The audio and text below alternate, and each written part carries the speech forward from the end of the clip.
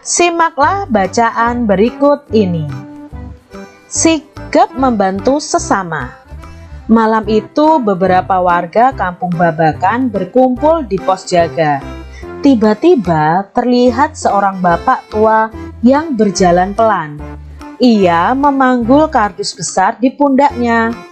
Oh, rupanya Pak Sami. Pak Sami baru pulang dari kampungnya di Maluku. Sudah 2 minggu Pak Sami pulang ke Maluku. Ia harus menghadiri acara adat di sana. Ia menggunakan kapal laut. Perjalanannya membutuhkan waktu 2-3 hari. Tentu Pak Sami sangat lelah, apalagi usianya sudah cukup tua. Pak Encep menawarkan bantuan untuk membawa kardusnya.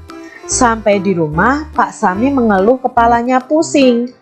Pak Encep memanggil warga yang lain untuk membantu.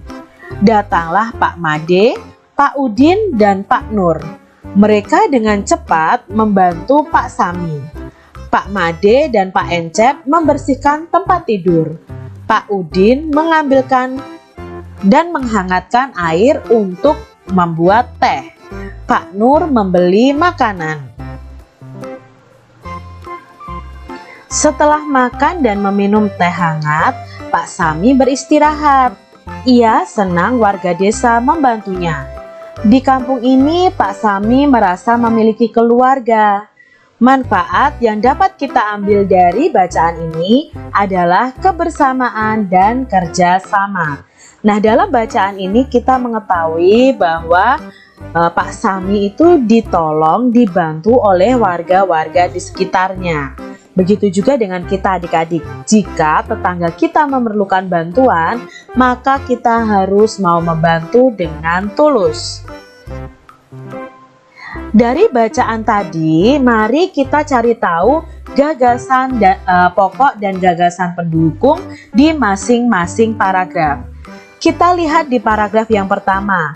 Paragraf yang pertama ada 3 kalimat. Nah, mana yang merupakan gagasan pokok dan mana yang merupakan gagasan pendukung?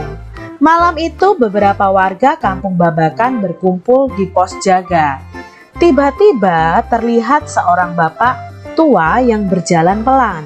Ia memanggul kardus besar di pundaknya. Nah, di sini kalimat pertama ini mengatakan bahwa ada beberapa warga yang berkumpul di pos jaga. Lalu dijelaskan ada seorang bapak tua yang berjalan memanggul kardus. Maka paragraf pertama ini gagasan pokoknya terletak di kalimat pertama. Lalu gagasan penjelasnya terletak di kalimat kedua, ketiga, dan keempat. Nah, di sini ada 4 kalimat ya ternyata. Yang terakhir ada kata oh rupanya Pak Sami. Nah, di sini kita tahu bahwa gagasan pokoknya terletak di awal paragraf. Paragraf yang kedua. Pak Sami baru pulang dari kampungnya di Maluku. Sudah 2 minggu Pak Sami pulang ke Maluku. Nah, di sini Pak Sami dikatakan baru pulang dari Maluku.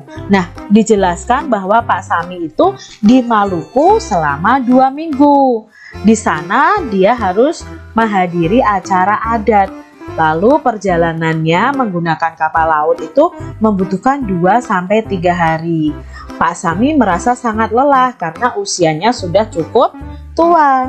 Berarti bisa kita simpulkan bahwa gagasan pokoknya juga terletak di kalimat pertama dan sisanya adalah gagasan pendukung.